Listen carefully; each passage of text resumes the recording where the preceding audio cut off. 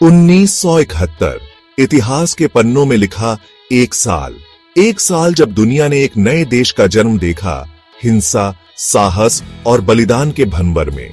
ये 1971 के भारत पाक युद्ध की कहानी है, एक ऐसा संघर्ष जिसने दक्षिण एशिया का नक्शा ही बदल दिया और भारतीय उपमहाद्वीप पर एक गहरी छाप छोड़ दी। ये कहानी है अत्याचार और दृढ़ता की, आजादी की चाहत रखने वाले लोगों की और उनके हक के लिए एक देश के अटूट समर्थन की।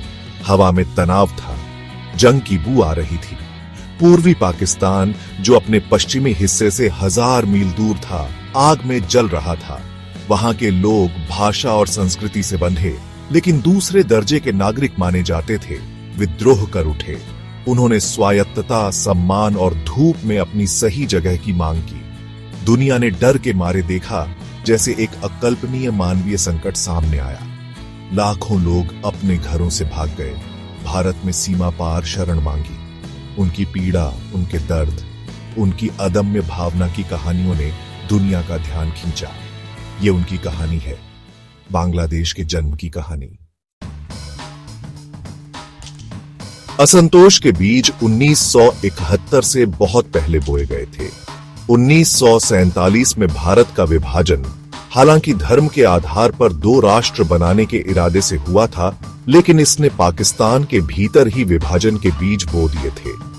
पूर्वी पाकिस्तान ज्यादातर आबादी का घर होने के बावजूद राजनीतिक, आर्थिक और सांस्कृतिक रूप से हाशिए पर था।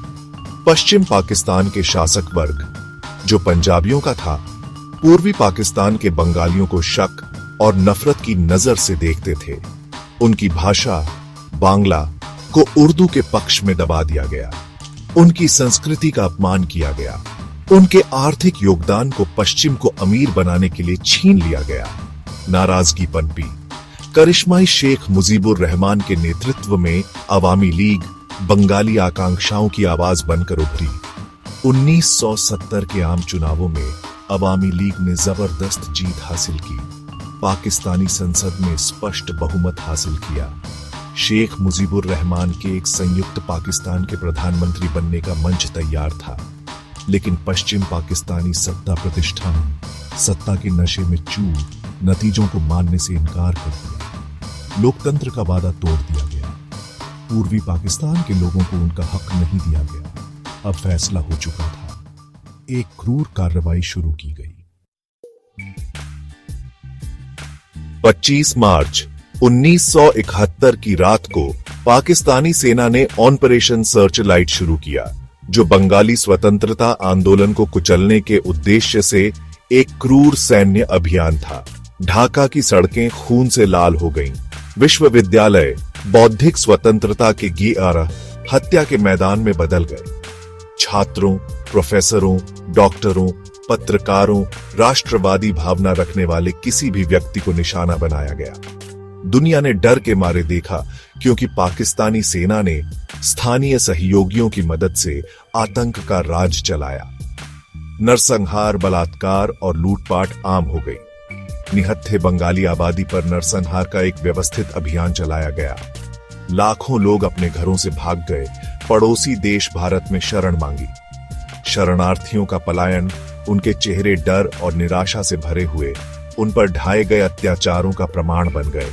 भारत, जो पहले से ही अपनी चुनौतियों से जूझ रहा था, ने भागते हुए लाखों लोगों के लिए अपनी बाहें खोल दी। सीमा पर शरणार्थी शिविर उभर आए, जो अकल्पनीय दुखों की कहानियों से भरे हुए थे। बांग्लादेशी लोगों की दुर्दशा ने हर भारतीय के दिल को छू लिया। शरणार्थियों की दर्दनाक कहानियों से प्रेरित होकर जनता की राय हस्तक्षेप के पक्ष में निर्णायक रूप से बदल गई। प्रधानमंत्री इंदिरा गांधी, जो अपने दृढ़ संकल्प के लिए जानी जाती थीं, एक नैतिक दुविधा का सामना कर रही थीं। क्या भारत, जो अभी भी विभाजन के जख्मों से जूझ रहा था, एक और युद्ध बर्दाश्त कर सकता था? क्या यह चुपचाप खड़ा रह सकता था जबकि उसके दरवाजे पर नरसंहार हो रहा था? इसका जवाब एक जोरदार न था। इंदिरा गांधी ने असाधारण नेतृत्व का प्रदर्शन करते हुए बांग्लादेश के लोगों के साथ खड़े होने का फैसला किया। उन्होंने उनके हक को पहचाना, उन्होंने माना कि आजादी की उनकी लड़ाई भारत की अपनी सुरक्षा और स्थिरता से जुड़ी हुई है। भारत ने बांग्लादेशी प्रतिरोध आंदोलन, मुक्ति वाहिनी को राजनयिक, नैतिक और भौतिक समर्थन प्रदान किया। प्रशिक्षण शिविर स्थापित किए गए, हथियार दिए गए, अंतिम मुकाबले का मंच तैयार था। मुक्ति वाहिनी बंगाली नागरिकों और पाकिस्तानी सैनिकों से बनी एक गुरिल्ला सेना बांग्लादेशी प्रतिरोध के एक शक्तिशाली प्रतीक के रूप में उभरी। एक स्वतंत्र बांग्लादेश के सपने से प्रेरित होकर उन्होंने एक बहुत बड़े और बेहतर हथियारों से लैस दुश्मन के खिलाफ बहादुरी से लड़ाई लड़ी। मुक्ति वाहिनी के लिए भारत का समर्थन महत्वपूर्ण था। भारतीय सैन्य सलाहकारों ने प्रशिक्षण और रणनीतिक मार्गदर्शन प्रदान किया। संयुक्त अभियान की योजना बनाई और उन्हें अंजाम दिया गया। युद्ध की कठिन परिस्थितियों में बनी भारतीय सशस्त्र बलों और मुक्ति वाहिनी के बीच की बंधन अटूट हो गई। मुक्ति वाहिनी के लगातार हमलों और बढ़ते अंतर्राष्ट्रीय दबाव ने पाकिस्तानी सेना के मनोबल को प्रभावित करना शुरू कर दिया। युद्ध का रुख बदल रहा था। 3 दिसंबर 1971 को पाकिस्तान ने भारतीय वायुसेना को पंगु बनाने की एक बेताब कोशिश में भारतीय हवाई क्षेत्रों पर पहले से हवाई हमले शुरू किए। भारत ने पूरी ताकत से जवाब दिया।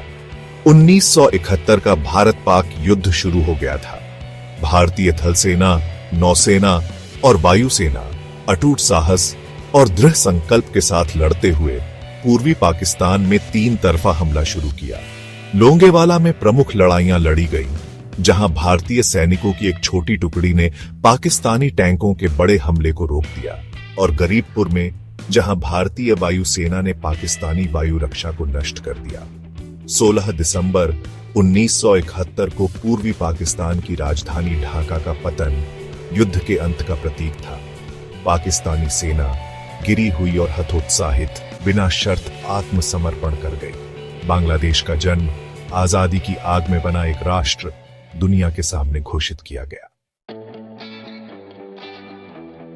1971 का भारत पाक युद्ध भारतीय उपमहाद्वीप के इतिहास में एक महत्वपूर्ण क्षण था। इससे बांग्लादेश का निर्माण हुआ, एक ऐसा राष्ट्र जो आत्मनिर्णय और मानवीय गरिमा के संघर्ष से पैदा हुआ। इसने पश्चिमी पाकिस्तान के प्रभुत्व के अंत और पाकिस्तान की अजेयता के मिथक को चकनाचूर कर दिया। यह युद्ध न्याय, स्वतंत्रता और मानवाधिकारों के सिद्धांतों के प्रति भारत की अटूट प्रतिबद्धता का प्रमाण था।